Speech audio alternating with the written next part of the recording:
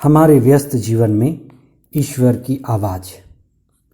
अगर हमें ऊंचाई पर जाना हो तो हम सीढ़ी या लिफ्ट का प्रयोग करते हैं।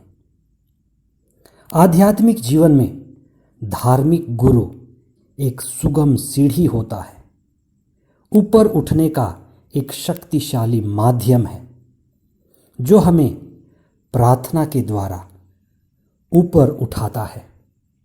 11वां सामान्य सप्ताह 17 जून 2021 बृहस्पतिवार।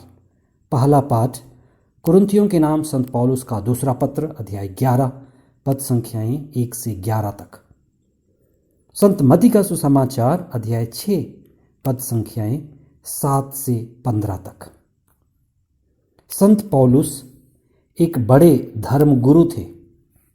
उन्होंने बड़ी विनम्रता से एक बात कही है, हम यह नहीं जानते कि हमें प्रार्थना कैसी करनी चाहिए। वे कहना चाहते हैं कि हम हर प्रार्थना पवित्र आत्मा की संगति में करें, पवित्र आत्मा से आविष्ट होकर करें।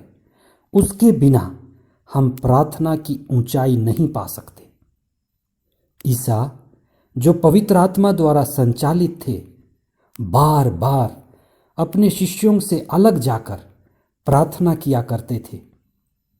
उनके शिष्यों ने देखा कि ईसा के जीवन में और प्रार्थना में गहरा संबंध है। ईसा का जीवन ही प्रार्थना है। उनका हर चीज प्रार्थना के द्वारा संचालित होता था। सुसमाचार के मुख्य अंश। प्रार्थना करते समय गैर यहूदियों की तरह रट नहीं लगाओ। वे समझते हैं कि लंबी लंबी प्रार्थनाएं करने से उनकी सुनवाई होती है। उनके समान नहीं बनो, बल्कि तुम्हारे मांगने से पहले ही तुम्हारा पिता जानता है कि तुम्हें किन किन चीज़ों की जरूरत है। यदि तुम दूसरों के अपराध क्षमा करोगे तो तुम्हारा स्वर्गिक पिता भी तुम्हें क्षमा करेगा, परंतु यदि तुम दूसरों को क्षमा नहीं करोगे तो तुम्हारा पिता भी तुम्हारे अपराध क्षमा नहीं करेगा। आदर्श प्रार्थना सिखाने से पहले ईसा ने प्रार्थना से संबंधित एक गंभीर चेतावनी दी। ईसा ने अपने शिष्यों से कहा, तुम्हारी प्रार्थना शब्दों की सुंदरता, शब्दों को अनेकों बार दोहराने और शब्दों की अधिकता पर निर्भर नहीं करती। जो भी शब्द हम प्रार्थना में बोलते हैं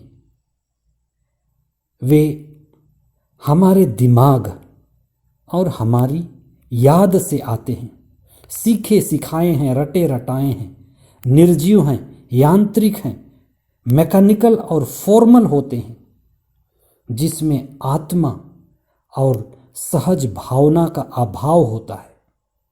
प्रार्थना मुंह से नहीं, शब्द मात्र से नहीं, मन और यादों से नहीं, हृदय से पवित्र आत्मा में आविष्ट होकर किया जाना है। प्रभु यीशु ने प्रार्थना को एक रिश्ता कहा, ईश्वर के साथ रिश्ता। प्रार्थना मधुर रिश्ते को बनाए रखना और जारी रखना है। अपने शिष्यों को प्रार्थना सिखाकर ईसा ने पिता ईश्वर के साथ शिष्यों का परिचय कराया कि ईश्वर अब्बा है। वह प्रेमी पिता तुल्य है। ईश्वर को पिता कहकर बुलाना उस समय के लोगों के बीच एक आध्यात्मिक क्रांति थी। उस समय लोग ईश्वर को अपने से बहुत दूर, लोग सोचते थे कि ईश्वर ऊपर है, पर्वतों पर है, ऊपर वाला है।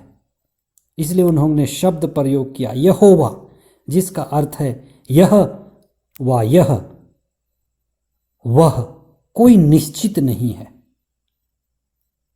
ईसा ने कहा पिता ही जीवन का स्रोत और केंद्र बिंदु है। उसी में हमारा अस्तित्व है। प्रार्थना पिता ईश्वर को हमारा पूर्ण समर्पण है। हमें नहीं पता कि हमारी भलाई किसमें है, इसलिए हम अपने आप को पूरी तरह से ईश्वर को समर्पित करते हैं। प्रभु की सिखाई प्रार्थना ईश्वर केंद्रित है।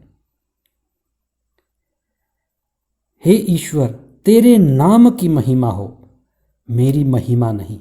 तेरा राज्य आवे, मेरी नहीं। तेरी मर्जी पूरी हो, मेरी नहीं। हम तेरे जैसे क्षमा कर पाए, तेरे जैसे बने। हम दुर्बल हैं, हमें परीक्षा और दुष्टों से बचा।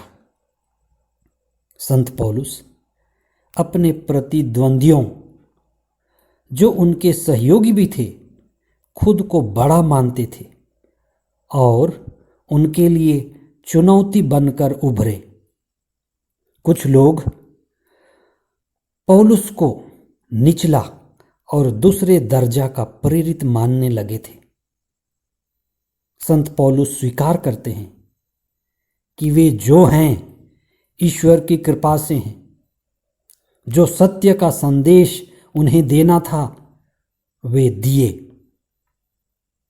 आइए हम ईश्वर को पूरी तरह से समर्पित होकर और पवित्र आत्मा में आविष्ट होकर प्रार्थना करें और सतत प्रार्थना करें।